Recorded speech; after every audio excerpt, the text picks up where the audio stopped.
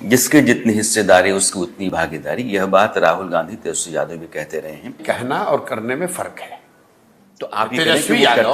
तेजस्वी यादव लालू यादव कह रहे हैं कि आरजेडी का जो अधिकार है, आरजेडी का जो प्रेसिडेंट है वो उनके परिवार का नहीं होगा।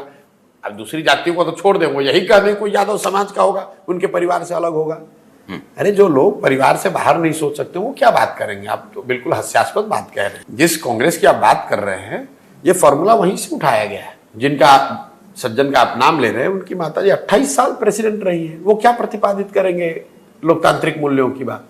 कांग्रेस का जो इलेक्टोरल रोल है, जो प्रेसिडेंट को चुनता है, वो सबको मालूम है कि भाई ये पूरा फज्ड है, जिसको वो परिवार चाहेगा वही अध्यक्ष बनेगा।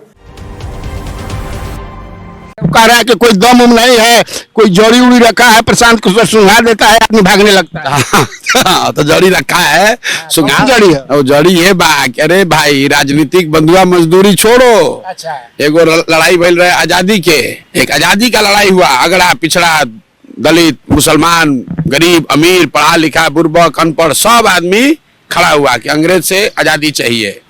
तब बिहार के लोगों को प्रशांत किशोर आके वो जड़ी सुंघा रहा है कि तुमको इन तीनों दलों की राजनीतिक बंधुआ मजदूरी से आजादी चाहिए।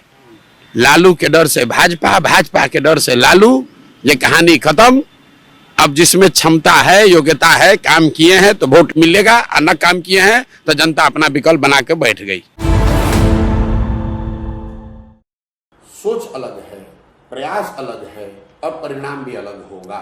ये पहला ऐसा दल है जो बिहार में नहीं, देश के स्तर पर हम लोग संभावित प्रत्याशियों का नाम पूरे 243 विधानसभा में करीब करीब साल भर पहले सार्वजनिक कर देंगे। आपको ये पता होगा कि आपके विधानसभा में कौन से 6 या 7 चेहरे हैं जो आधिकारिक तौर पर जन स्वराज के उम्मीदवार हो सकते हैं। उन 6 लोगों में चुनाव होगा और जो चुन लिया गया वही उम्मीदवार है। ऐसा नहीं होगा कि आपने कहा कि दूसरे दल से हारे। चुनाव के पहले आप आए और आपको जाति देखकर, आपका पैसा देखकर, आपका नेटवर्किंग देखकर आपको, हम लोग अपना हाथ अभी बांध लेंगे।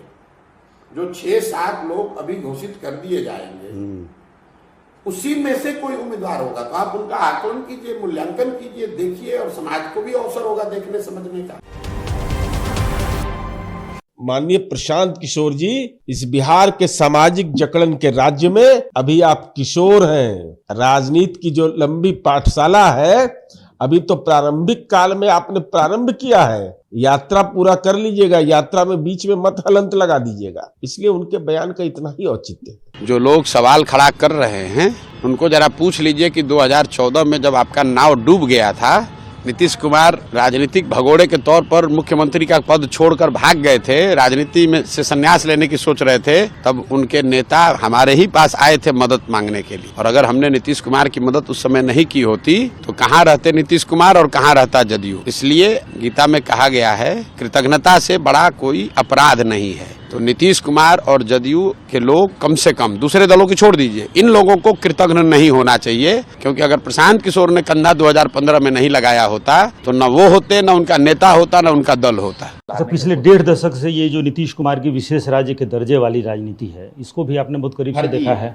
नीतीश कुमार न कभी विशेष राज्य के दर्जा को बहुत दिल से मानते हैं, न वो समझते हैं इस चीज, न कि समझते हैं कि विशेष राज्य के दर्जा होने से कुछ सुधार हो जाएगा। पिछले वर्ष 51,000 करोड़ रुपया बिहार सरकार ने सरेंडर किया है जो खर्च नहीं कर पाए। क्या विशेष राज्य दर्जा की बात कर रहे हैं आप? जो पैसा मिल रहा है या मिल सकता है उसका तो आप उपयोग कर नहीं रहे। जो पैसा आ रहा है उसमें 40-50% भ्रष्टाचार की भेंट चढ़ रहा है। तो अगर विशेष राज्य का दर्जा एक बार को मान लो मिल भी गया और थोड़ा ज्यादा पैसा आ भी गया तो उससे क्या होगा? क्या थोड़ा ज्यादा पैसा आने से शिक्षक पढ़ाने लगेंगे बच्चों को? क्या थोड़ा ज्यादा पैसा आने से भ्रष्टाचार खत्म हो जाएगा दाखिल खारिज में? क्या जातीय प्रमाण पत्र बिना पैसे के बनने लगेंगे? क्या बिहार के बच्चे कोटा जाना बंद कर देंगे? तो ये तो राजनीतिक स्लोगनेरिंग है, अपने सुविधानुसार कुछ न कुछ बोलते रहते। जब मैं अभी करीब 52-5300 गांव में गया हूँ, रहा हूँ 2 साल तक, आपने कहा कि बड़ी तकलीफ हुई होगी। तकलीफ जो शारीरिक है वो तो बहुत एक तरीके से साइड स्टोरी है, वो कोई बड़ी बात नहीं है। गांव की जो गरीबी मैंने देखी है वो भयावह है। वो मुझे खुद कभी इसका अंदाजा नहीं था। जब हम लोग गांव में चलते हैं, शायद ही कोई ऐसा गांव है जहां पर 40-50% युवा पलायन करके बाहर नहीं गया, चाहे वो पढ़ाई के लिए गया हो, मजदूरी के लिए गया हो। आप आंकड़ों में पढ़ते हैं कि बिहार देश में एकमात्र ऐसा राज्य है जहां पर वृद्धावस्था पेंशन 400 रुपया है। जमीन पर यह दिखता है कि लोग 400 रुपये में अपना जीवन चला कैसे रहे।